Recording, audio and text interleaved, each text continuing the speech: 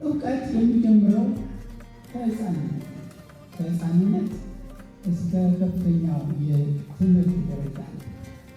እውቀት መኖር ነፃነት፣ የተሻለ እድገት የመሳሰሉት ነገሮች አሉ። ኢትዮጵያችን በታሪክ በእውቀት ደረጃ ከማንም በልጠን ቀድመን መሪ ደረጃ ላይ ነበር። የቅኔ የድጓ ቤቶቻችን በዓለም ላይ የታወቁ ነበር። እውቀታችንና ችሎታችን ባህር አቋርጠን የምንነግድ ነበር።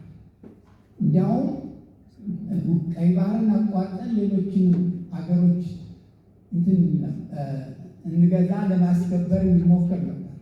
እነ ላሊበላ እና አክሱም እና ሌሎቹም ቅርሶች አሁንም የድሮ እውቀታችን የሰጠን ነገር ነው።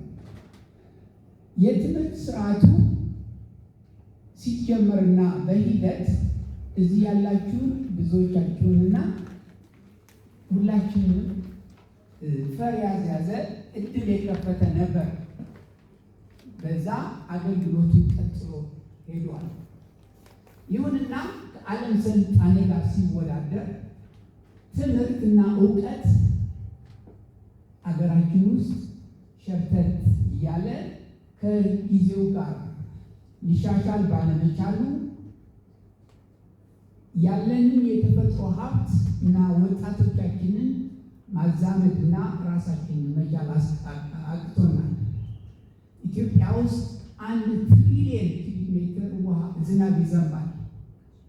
ያ ዝናብ ሰደን በመሰደድ ችግር ላይ ነን። ያንን ለምንድን ነው ያላደረግነው ስንል የግንዛቤ የእውቀት ጉድለት ይሆናል። አሁንም ባለፈው የአስተራረስና የአመራረት ዘዴ